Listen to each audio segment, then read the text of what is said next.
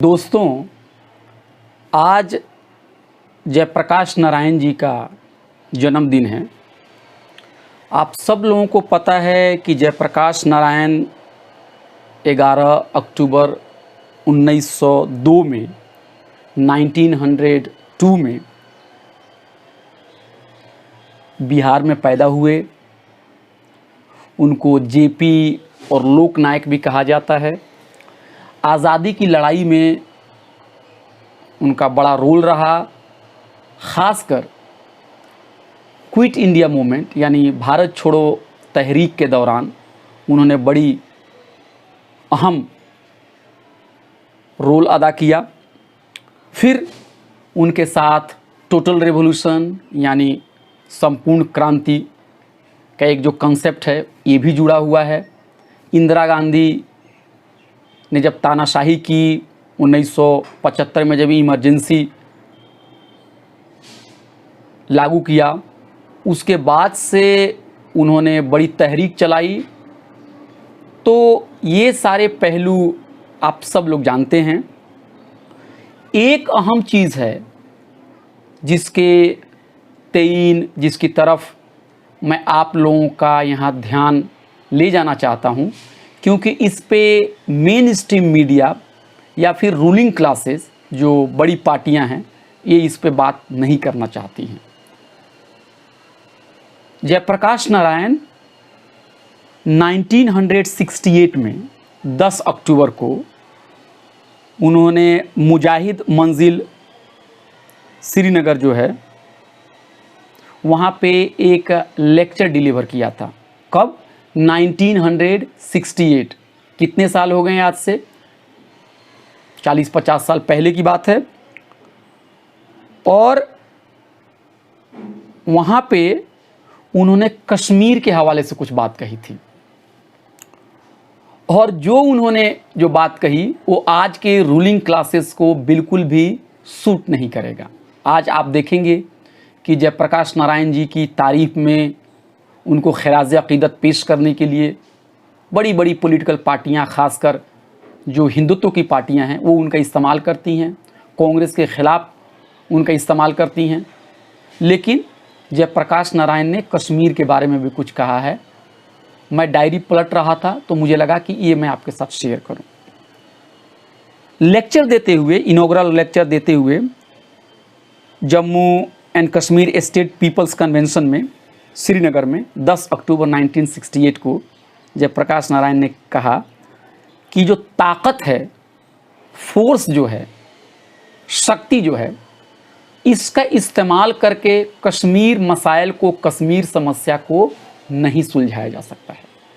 लेकिन अभी की जो पॉलिटिकल पार्टी है वो क्या सोच रही है कि ताकत की बुनियाद पर ही, बंदूक के साए में ही, ज़ोर ज़बरदस्ती, पुलिस, मिलिट्री, असलहा, बंदूक, बारूद का डर दिखा के ही वो कश्मीर के जो मसाइल हैं उसको हल कर सकते हैं।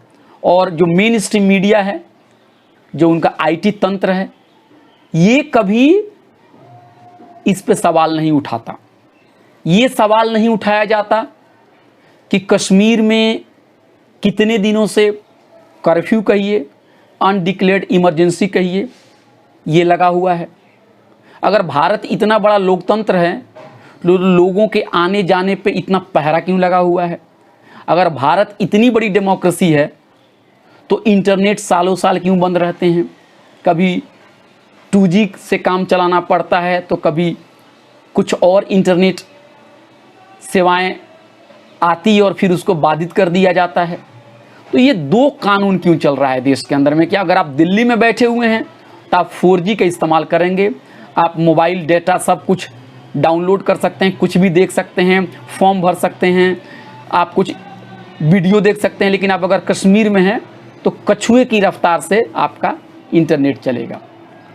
लोग एक जगह से दूसरी जगह जब जाते हैं तो बार बार उनको आई कार्ड दिखाना पड़ता है, बार बार उनको शिनाख्ती कार्ड दिखाना पड़ता है। तो ये इन सब बातों को तो जयप्रकाश जी ने विरोध किया था कि ताकत की बुनियाद पे जम्मू एंड कश्मीर का हल नहीं हो सकता।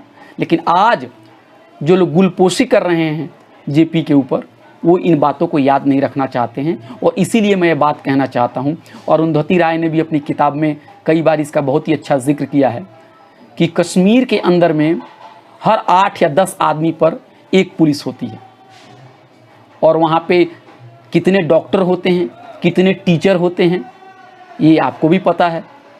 कितनी तकलीफ़ें लोगों को झेलनी पड़ती हैं। और कश्मीर का कोई शहरी अगर दिल्ली में आ जाए पढ़ने के लिए, नौकरी लेने के लिए, तो उनको नौकरी नहीं मिलती।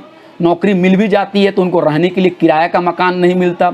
अगर हॉस्टल में तालिबे इल्म हैं तो क्रिकेट मैच के दौरान उनकी पिटाई हो जाती है, उनको मशकूक और उनको संदिग्ध कहा जाता है।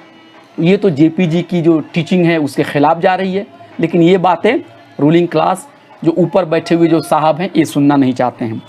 तो क्या कहा उन्होंने कश्मीर प्रॉब्लम के ऊपर में कहा जेपीजी ने, और मैं कोट कर रहा हूँ उनकी ज़बान, any attempt to impose a rigid uniformity from above is bound to create tensions that may be productive of seeds of disruption.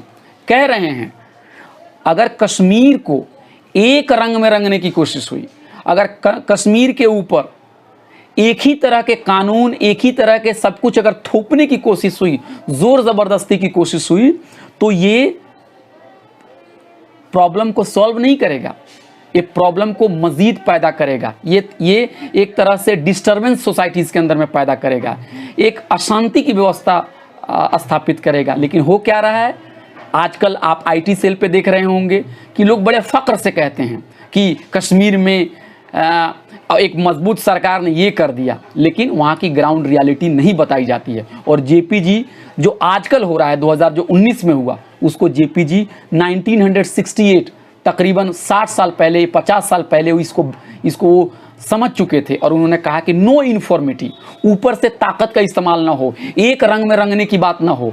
और जो कुछ लोग ये नारा देते हैं एक देश में 2 विधान नहीं चलेगा, वो भी जेपीजी और जो जयप्रकाश नारायण की जो बातें हैं, जो कॉन्स्टिट्यूशंस की जो रूह है, उसके खिलाफ बोलते हैं। क्योंकि समाज के अंदर में हर रीजन के एक अपने स्पेसिफिक उनकी हिस्टोरिकल कॉन्टेक्स्ट है।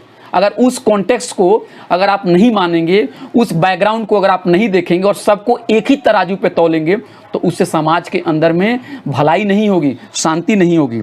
फिर जेपी अलग कहते हैं कि जो शेख अब्दुल्ला को गिरफ्तार किया गया और उस समय कांग्रेस की सरकार थी, उसको भी वो आड़े हाथों ले रहे हैं और कह रहे हैं कि there are of course those for whom the solution of every problem lies in force. और इसकी मुखालफत करते हैं कि कुछ लोग हैं जिनको लगता है कि हर प्रॉब्लम कश्मीर का जो इलाज है वो ताकत ही है, वो हालांकि वो गलत हैं।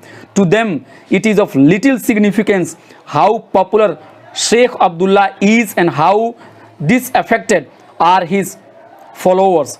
Force in their reckoning will take care of all that. Such a naive and reactionary view appeals naturally to a certain type of mind, but the large-scale use of force, especially in such a sensitive spot of the world as Kashmir is, carries with it immense risk. There is also a real danger that the continued reliance on force in Kashmir may erode democracy and other parts of India, create and feed communal conflict and become a running and festering sore in the body politics and economy of the country। कह रहे हैं, इसका मतलब ये है, summarise में अपने शब्दों में कर रहा हूँ, जेपी कह रहे हैं, जयप्रकाश नारायण कर रहे हैं कि जो ताकत का इस्तेमाल कर रहे हैं शेख अब्दुल्ला को जेल में डाल के, या बाद में जो ताकत का इस्तेमाल कर रहे हैं वो कश्मीर के बारे में गलत पॉलिसी ला रहे हैं। उन्होंने कहा ये सारी पॉलिसी जो ताकत का इस्तेमाल है, जो ज़ोर ज़बरदस्ती का जो राजनीति है, वो डेमोक्रेसी के अगेंस्ट है और जो एक सेंसिटिव एरिया जो कश्मीर है उसके हित में भी नहीं है। और उन्होंने कहा कि ये सारे जो चीज़ें हैं वो कम्युनल कॉन्फ्लिक्ट को, यानी सांप्रदायिक झगड़े को भी पैदा करेगा, लड़ाई को भी पैदा करेगा और एक नासूर पैदा करेगा, एक जख्म को पैदा करेगा। और देश की जो अर्थव्यवस्था है, जो उसकी मईशत है, इसके लिए भी ये ठीक नहीं है।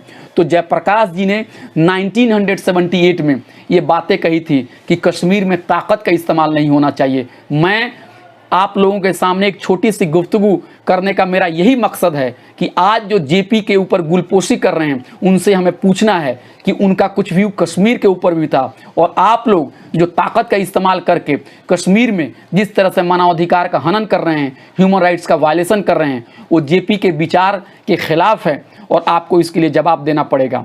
तो ये मेरे विचार थे, मैंने जेपी के हवाले से उनके कश्मीर के विचार को मैंने आपके सामने रखा। अगर आपको ये बात पसंद हो और अगर आपको लग रहा है कि इस तरह के बातों को और लोगों तक पहुंचाना चाहिए तो आप इसे आगे भी बढ़ाएं। थैंक यू वेरी मच, शुक्रिया।